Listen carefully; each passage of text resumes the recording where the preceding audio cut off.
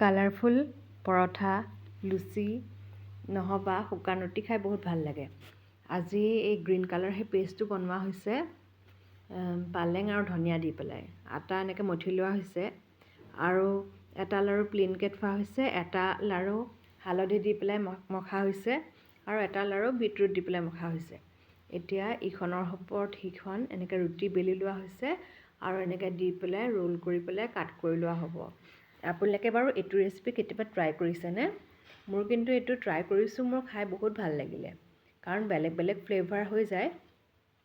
আৰু যেতিয়া আচলতে ধনিয়াৰ আৰু বিশেষকৈ পালেঙৰ সেই পেষ্টটো বনোৱা হৈছিলে, অকণমান জিৰাও দি দিছিলোঁ যাতে জিৰা ফ্লেভাৰটোও থাকে, আৰু বিটৰুটতো অকণমান মিঠা মিঠা যেন ভাৱ হয়, তাতো অকণমান জিৰা চাট মছলা ছটিয়াই দিছিলোঁ। আৰু এতিয়া মই ৰোল কৰি পেলাই কাট কৰিব লাগিব। আৰু কাট কৰাৰ পাছত দেখিছেনে বাৰু ইমান সুন্দৰ হৈছে। আৰু পাতলাকৈ বেলি ল'লোঁ আৰু এতিয়া পুৰি আকাৰত মই বেলি ল'লোঁ। তাৰপিছত পুৰি আকাৰত বেলাৰ পাছত বনোৱাৰ পাছত ইমান সুন্দৰ ৰং হৈছে, বিভিন্ন ৰং হৈছে, হালধীয়া, সেউজীয়া, গুলপীয়া নিচিনা এই গোটেইকেইটা ৰং হোৱাৰ পাছত আৰু এটা ক্ৰীম কালাৰ নিচিনা ৰং হৈছে। এতিয়া চাওকচোন ইমান সুন্দৰ ৰং হৈছে গোটেইখিনি দেখি পেলাই।